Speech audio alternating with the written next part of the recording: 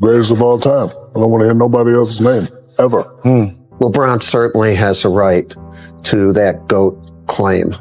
Establishing this record is a separator because it shows not only what you've done, but you've had to do it for a long period of time. How about the longevity of LBJ? To me, man, that's Benjamin Button. Can you say he's up there with Cal Ripken in terms of longevity? You have to do it over 2 decades, and he's still committed.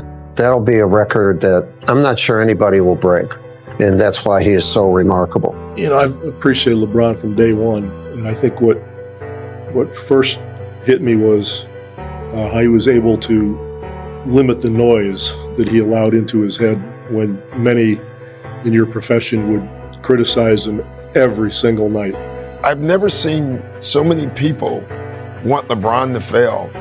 They thought LeBron should know at 20, at 21, at 25 even, you know, that he should know how to lead a team. He should be, he should know how to talk to players when they're down. If he took the shot, he should have passed it. If he passed it, he should have taken the shot.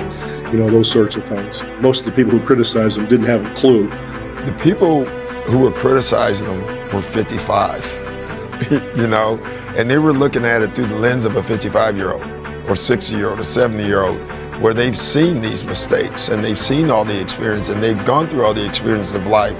And he never let it get to him. It's a mental toughness. He went on to the next play. He went on to the next game. He went on to the next interview. And it really impressed me at that young age for him to have that sort of maturity and ability to understand what was important and what wasn't. You know, from that day, long ago, I really respected the mental side of how he looked at things. You land your first job in 2005 as a head coach at just 35, very young. At that time, did you feel like you were ready? Had you had enough bumps and bruises yet? If I was keeping it real, no. And that's that. Even though we had success, we had a lot of success because we had LeBron James. He was still learning and growing too, but he made my job a lot easier. From off the court to on the court. Unbelievable. To his body, to how he take everything, his mind. Ooh. At 21. At 21.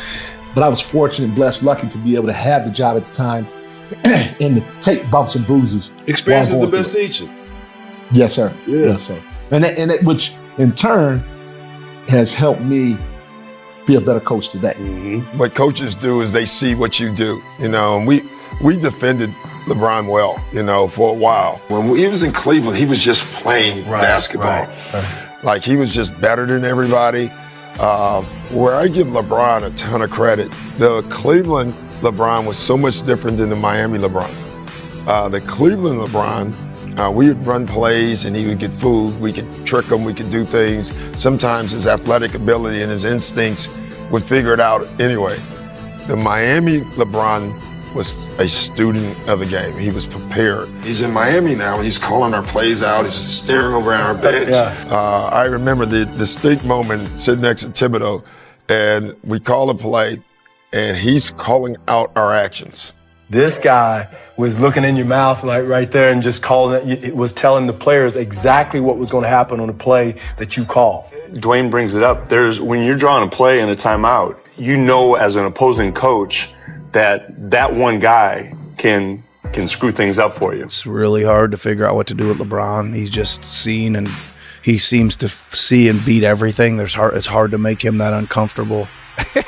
It's fun. We got to do it. We got to come up with this stuff on the fly sometimes. And he's had some of the biggest clutch games in NBA history, yet no one knows it. It's incredible.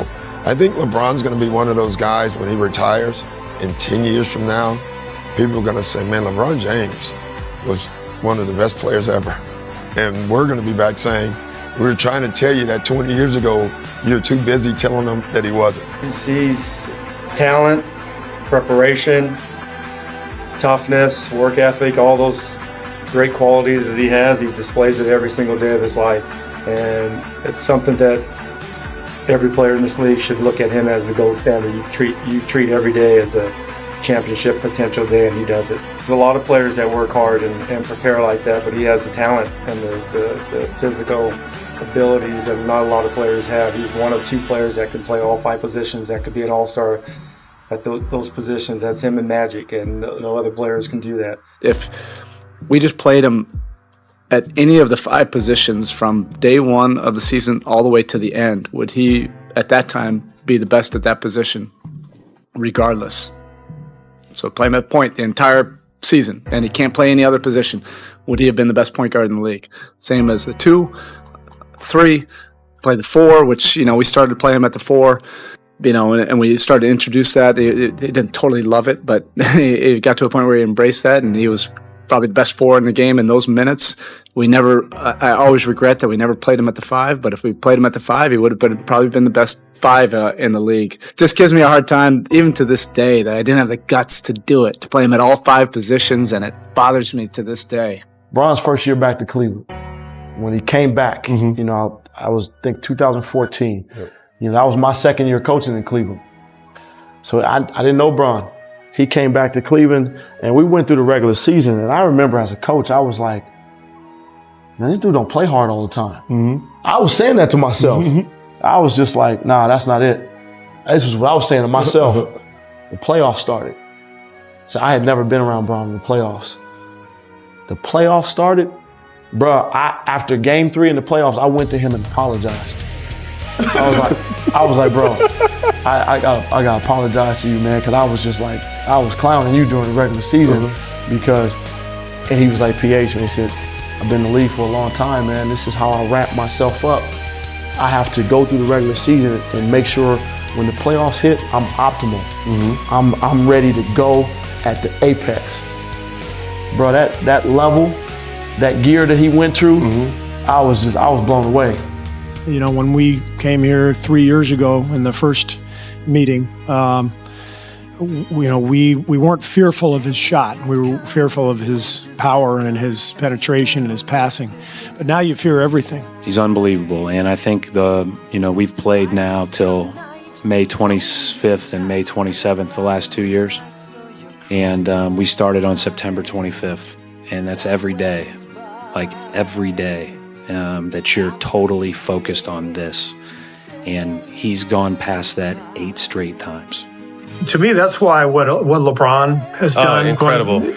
It makes no sense. And I think maybe the greatest testament to LeBron is that, 5 years ago, he was one of the top 5 players of all time.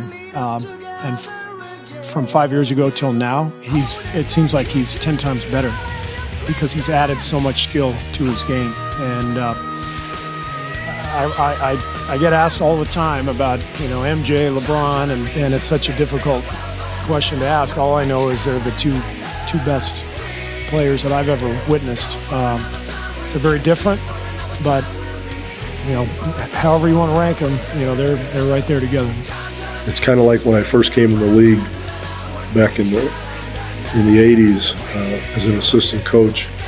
I get mesmerized watching Michael on the court, and I wasn't much help to Larry Brown.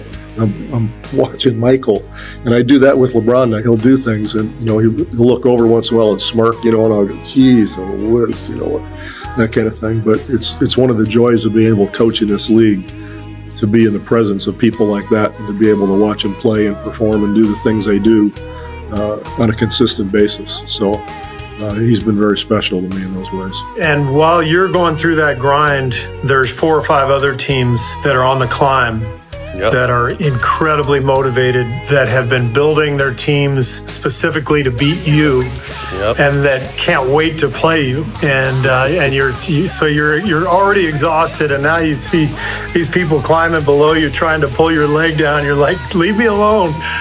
So it's exhausting. So 10 finals appearances for LeBron, but I think, if I'm not mistaken, this is 9 out of the last 10 years, right? That he will be in the finals.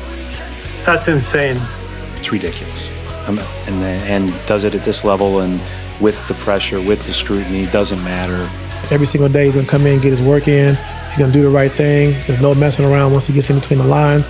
And it helped us, through those, through the long seasons of just waiting to get to the playoffs. It's just unbelievable. Our goal going into the series was to make him exert as much energy as humanly possible.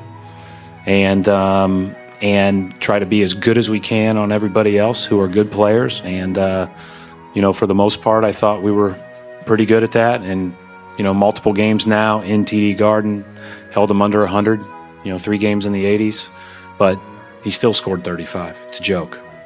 How many players have that gear, Gil? Yeah. It's very few. I was blown away by it, dog. Whether he's 50 years old or 25, if you got LeBron, you're supposed to win. And so when I coached you for a little bit, I would always go home and tell Mickey, I said, I know a lot of people are who's the greatest and whatever, but LeBron, he's the most complete. He can play every position, he can guard every position, but along with that, he's brilliant.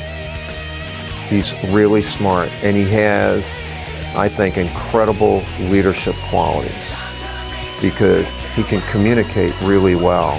His voice is good, his presence is good, and he has a good value structure. Yeah, he knows right and wrong. When you think of yourself as a player, how would you describe you? I kind of describe myself as like a Swiss Army knife. Yeah. It's a little pair of scissors on there, it's a knife on there, it's a wine opener on there. I've always liked when my little league coach or my high school coach would just call me I'm just a basketball player. Yeah, that's what I'm not a point guard, I'm not a shooting guard, I'm not a small forward, I'm a basketball player. Whatever the team needs, you can put me on the floor, you can implement me in there, and I can make it happen. And, being able to, in year 18 of my career when we won the championship, with the Lakers, I started at point guard, led the league in assists. Yeah. In Miami, I played all 5 positions for Coach Spo, and we was able to win 2 titles. If I'm on uniform and I'm on the floor, I don't want to be a liability. And that's why he is so remarkable.